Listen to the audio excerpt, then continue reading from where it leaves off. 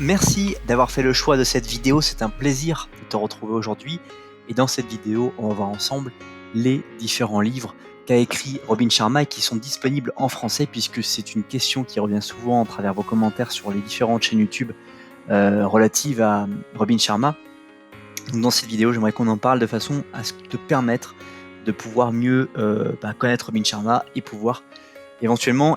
acquérir un nouveau livre dans ta bibliothèque, que tu as peut-être déjà un ou plusieurs livres de sa part. Mais avant qu'on commence, je t'invite à apprécier cette vidéo pour m'encourager à reproduire ce type de contenu. Et si tu n'es pas encore abonné à la chaîne YouTube, je t'incite à t'abonner à la chaîne en activant les notifications pour ne pas rater les prochaines vidéos et redécouvrir les vidéos les plus populaires. Alors, au risque de te surprendre ou même de ne pas t'étonner, je vais commencer par son premier livre, le plus connu, celui peut-être qui t'a permis d'accéder, de découvrir Robin Sharma, puisque Robin Sharma fait partie de ces auteurs que l'on ne découvre pas spécialement avant d'avoir lu ou découvert un livre dans une librairie telle que la Fnac, Gilbert et Joseph, etc. J'en passe, les meilleurs. En général, on découvre d'abord le contenu d'un livre, notamment le moine qui vendit sa Ferrari, qui est plutôt un contenu très marketing quand on le découvre pour la première fois. Et donc, je vais te parler naturellement de ce livre, Le moine qui vendit sa Ferrari, un livre qui a été écrit par Robin Sharma lorsqu'il était encore avocat et qu'il souhaitait devenir tout simplement qu'il travaillait beaucoup, il travaillait plus de 80 heures par semaine et qu'il était à la recherche d'une sortie de crise par rapport à ce rythme qu'il avait qui était absolument effréné et qui le fatiguait au plus haut point. Et donc il s'est mis à travailler sur une démarche pour pouvoir améliorer sa vie. Donc c'était un grand teneur des barreaux. Et il va utiliser en fait une analogie un peu avec sa vie, c'est bien sûr romancé, mais le principe qu'on peut imaginer, c'est pourquoi ce moine a-t-il vendu sa Ferrari. C'est la question et l'intrigue que nous propose à travers ce livre Robin Sharma. Et donc, ce qu'on découvre en fait, c'est que le parallèle est édifiant puisque c'est l'histoire d'un avocat qui travaille énormément et qui a une vie déséquilibrée. Et ça lui mène à une crise cardiaque en plein tribunal. Mais il s'en sort et ayant frôlé la mort comme déclencheur, ça lui amène à se lancer dans les grandes questions qu'on peut se poser dans notre vie parfois, à des tournants quand on arrive à un âge pivot comme les 20, 30, 40, 50, 60 ans. Et donc, espérant trouver le bonheur, il décide de quitter provisoirement le cabinet d'avocat dans lequel il travaille et qu'il est associé et entreprendre un voyage dans l'Himalaya pour rencontrer notamment un peuple qui est détenteur des 7 vertus éternelles. Et donc, naturellement, cette rencontre va bouleverser sa vie puisque l'associé de cette personne qui est romancée se retrouve tout seul à gérer le travail et n'a plus de nouvelles de son associé avec qui il travaillait et avec qui il appréciait travailler. Et puis tout d'un coup, quelques temps plus tard, il le revoit revenir et il a rajeuni. Et il s'interroge sur comment est-il possible qu'il ait pu rajeunir. Et donc, naturellement, cet ancien Julian Mantle, qui est l'auteur, qui est le rôle principal de ce livre, explique en fait qu'il a entrepris cette démarche d'être allé directement dans à l'Himalaya, dans ce voyage, dans ce peuple inconnu, et qu'il a, à travers cette rencontre, pu découvrir les 7 vertus et que ces 7 vertus ont bouleversé sa vie et lui ont fait devenir moine, mais qu'aussi lui ont fait vraiment modifier un grand nombre de choses qu'il avait pu définir comme toujours vraies ou comment. Et donc c'est intéressant dans ce livre, en fait, c'est vraiment qu'on va pouvoir découvrir une histoire qui est très proche de la nôtre et on va pouvoir s'identifier assez facilement sur ce que a Robin Sharma vécu et ce que nous vivons très souvent le plus clair de notre temps, c'est-à-dire une course effrénée dans le mouvement, vouloir toujours faire plus, avoir le moins de temps mort, donc prendre le moins de temps pour soi, pour méditer, pour réfléchir, pour prendre un pas de côté sur notre quotidien. Et Robin Sharma, à travers ce livre, nous explique, il nous partage des clés, des idées, notamment ces 7 vertus spirituelles sur ce que nous pouvons entreprendre dans notre vie pour pouvoir accéder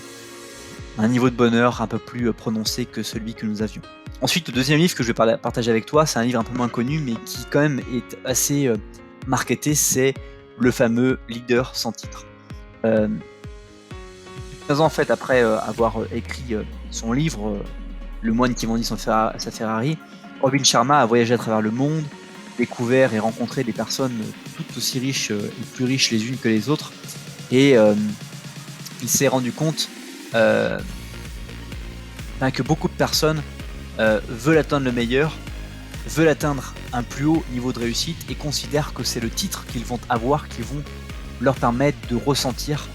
qu'ils ont passé un stade dans leur vie, alors que n'importe quel événement dans notre vie que nous vivons n'est la suite logique que du processus que nous avons suivi, et il est évidemment extrêmement intéressant de s'intéresser à un processus qui nous stimule intellectuellement et physiquement, et de faire en sorte que ce processus soit vraiment épanouissant, et pas exclusivement un processus dans le but d'arriver à une étape, mais étape qui finalement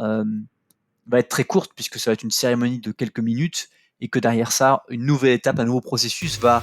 se présenter à nous. Et donc si on n'a pas aimé le processus qu'on a suivi jusqu'à présent, si en plus derrière on atteint un titre qui nous intéressait, mais que derrière il y a un autre processus qui est encore plus effréné, encore plus déstructurant personnellement, qui nous dénature, en tout cas qui ne s'aligne pas avec la nature que nous voulons ici sur cette terre, eh bien ça va être absolument compliqué. Donc dans ce livre, tu vas apprendre notamment comment travailler avec des gens et les influencer, peu importe le poste que tu occupes. C'est une méthode pour reconnaître en fait les occasions dans les profonds changements et de saisir des opportunités. Comment en fait, quels sont les ingrédients aussi, on voit dans ce livre quels sont les ingrédients pour avoir en fait une équipe gagnante, pour bâtir une équipe avec laquelle on va être bien, pour pouvoir innover, pour vaincre le stress qui est toujours quelque chose qui est récurrent dans les organisations dans lesquelles on est, développer son attitude mentale, trouver son énergie et surtout trouver un équilibre personnel, une vie personnelle plus épanouie, ce qui est très souvent l'une des premières causes d'arrêt, des coups d'arrêt qu'on peut avoir dans notre vie lorsqu'on s'effraie dans une vie professionnelle, qu'on travaille énormément et qu'on n'a plus trop d'équilibre sur une vie personnelle avec d'autres piliers, d'autres choses qui nous permettent de pouvoir vraiment vivre. Donc voilà, c'était ce deuxième livre. Et le troisième livre que je partageais avec toi, c'était un livre aussi très intéressant sur l'excellence, une attitude à développer. C'est-à-dire que on a tous envie d'avoir et d'atteindre l'excellence, mais très peu d'entre nous focalisent à entreprendre des réflexions sur qu'est-ce que l'excellence et comment dans notre vie, dans notre environnement et les environnements que nous fréquentons, nous pouvons trouver et déclencher cette excellence. Donc quelle est l'attitude finalement, puisque l'excellence est une affaire d'attitude plutôt qu'une affaire de savoir-faire, c'est plutôt un savoir-être. Et donc comment travailler brillamment, comment vivre magnifiquement, et donc de laisser épanouir finalement son génie et de connaître les succès que nous rêvons depuis longtemps. Donc c'est un guide de réussite pour pouvoir avoir des leçons. Donc dans ce livre, tu trouveras entre autres 101 leçons simples et efficaces, selon moi, qui t'aideront à travailler brillamment et surtout à avoir une vie épanouissante. Donc c'est vraiment quelque chose qui va te permettre de trouver des idées, trouver des astuces. Et ce que j'aime de chez Robin Sharma, c'est que n'est pas autant médiatisé ou marketé que des gens comme Tony Robbins, Robert Kiyosaki ou d'autres encore. Et c'est ça qui est extrêmement intéressant, c'est que son approche elle est beaucoup plus modulée, au même titre que peut l'être Simon Sinek, avec une approche terrain et beaucoup de réflexion sur ce qu'il a pu observer et rencontrer au cours de son expérience et de sa vie, ce qui apporte une valeur ajoutée extrêmement intéressante, quels que soient les environnements que nous fréquentons. C'est déjà la fin de cette vidéo, merci beaucoup pour le temps que tu as consacré à regarder cette nouvelle vidéo, j'espère qu'elle t'a plu. Si c'est le cas, je t'invite à partager cette vidéo à une personne à laquelle tu penses. Tu as le bouton partager juste en dessous, tu peux partager sur Facebook ou Twitter par exemple. Aussi, je t'invite à me dire dans les commentaires ce que tu retiens de cette vidéo, ça m'intéresse de le savoir, ou même de me faire un petit coucou, ça me fera vraiment plaisir. Et puis, je t'invite à lire la description de cette vidéo pour aller beaucoup plus loin et découvrir d'autres contenus, comme par exemple les formations disponibles en un clic depuis le confort de ton domicile. Merci encore d'avoir fait le choix de cette vidéo. Passe une très bonne suite de journée et je te dis à bientôt